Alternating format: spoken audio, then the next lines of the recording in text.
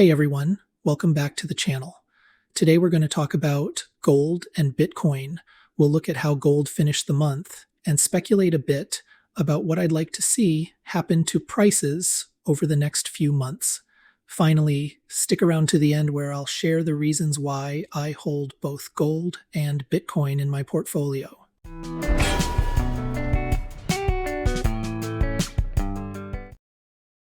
Point of order though, before we jump in. None of this is financial advice because I'm not a financial advisor. I am a faceless voice on YouTube sharing my personal approach to holding precious metals like gold and silver as savings in a well-diversified portfolio. Lastly, if you enjoy the content, don't forget to hit the like and subscribe buttons. I really appreciate it. Let's talk about gold. In March 2024, the spot gold price was hotter than a Canal Street Rolex in US dollars. My favorite shiny rock started the month at around $2,080 per ounce before settling at $2,233 per ounce to close the month.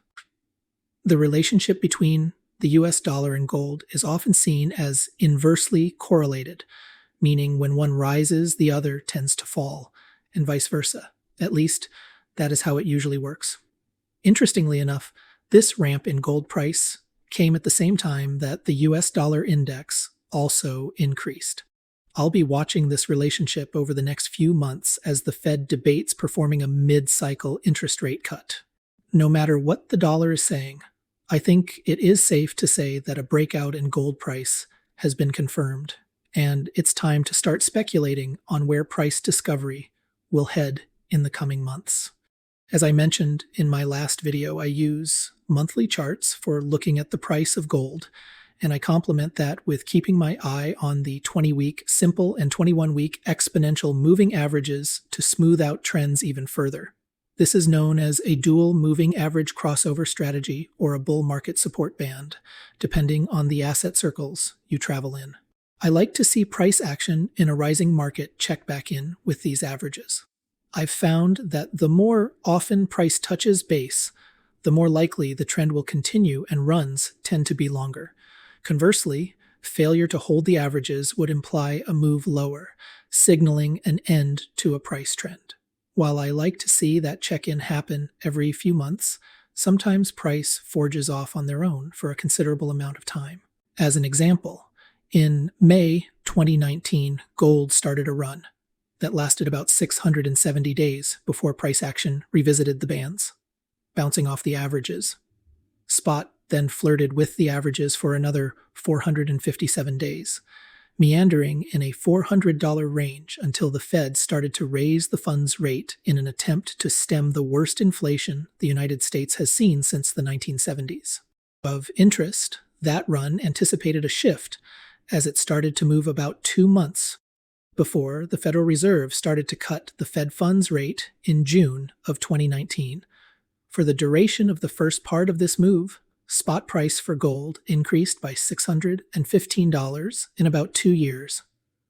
And they say gold just sits there. However, when the Fed started cutting in 2019, it was cutting from around 2.5%.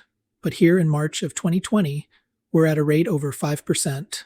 Maybe it makes sense to zoom out a bit and see how gold behaved the last time the Fed started cutting from the same level. To do this, we need to look back to July of 2007, when the Fed funds rate was also a bit over 5%. This was during the Great Financial Crisis, and the Fed cut rates to near zero and kept them there for 8 years. That cutting cycle sent gold on a run to around $1,900 from $600, a rise of 170%.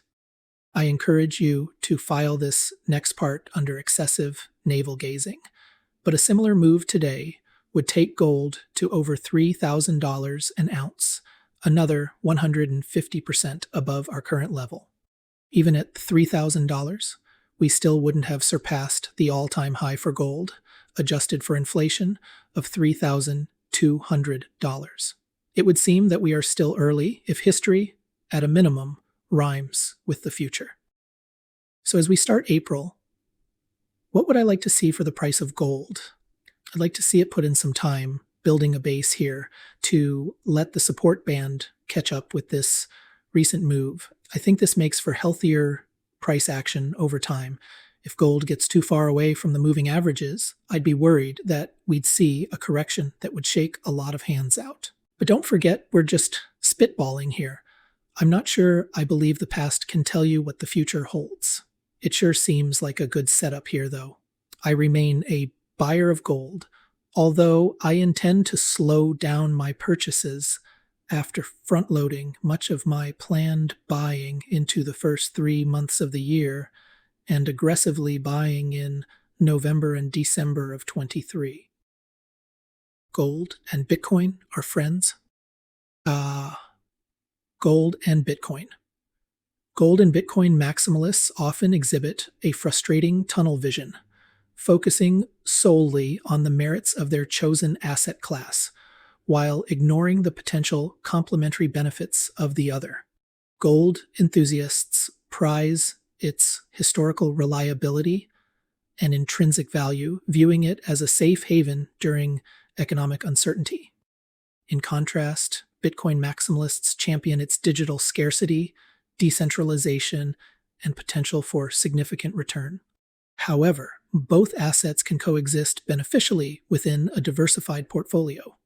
Gold provides a time-tested store of value, while Bitcoin offers growth potential and innovative financial technology. Recognizing the complementary nature of gold and Bitcoin can lead to more balanced and resilient saving strategies. Let's dive in. Gold and Bitcoin are considered valuable tools for saving over time due to their unique characteristics that can help preserve wealth. Gold has been valued as a form of currency and a store of wealth for thousands of years. Its value is not dependent on any single government or financial institution. As a physical metal, gold has intrinsic value and can be stored and saved as a tangible asset. This tangibility provides a sense of security and permanence. Gold is often seen as a hedge against inflation because its value tends to rise when the purchasing power of fiat currencies decreases. The supply of gold is limited and it cannot be created arbitrarily. This scarcity supports its value over time. Like gold, Bitcoin has a capped supply with a maximum of 21 million coins that can ever exist. This scarcity is built into its design. Bitcoin operates on a decentralized network, meaning it is not controlled by any single entity or government, which can make it less susceptible to manipulation or devaluation.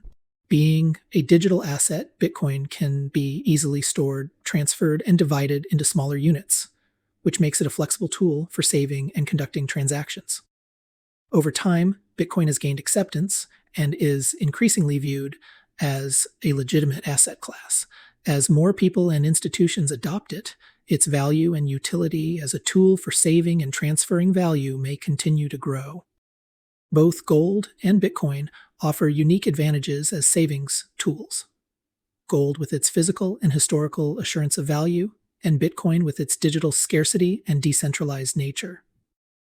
These characteristics make them attractive options for preserving wealth over time as a savings vehicle.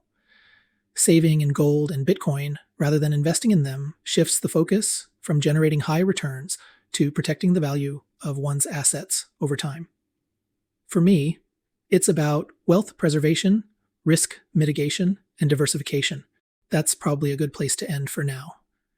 Today we looked at the monthly close for gold and did some gratuitous speculation on where it could go in the coming months. Then I walked through why both gold and Bitcoin have a place in my long-term savings plan and why I think they are complementary to one another. For me, there isn't a reason to choose one over the other. Instead, I choose both because I see them as different sides of the same coin. How about you? Let me know in the comments if you have a different approach to savings and why. Thanks for joining. Until next time, cheers.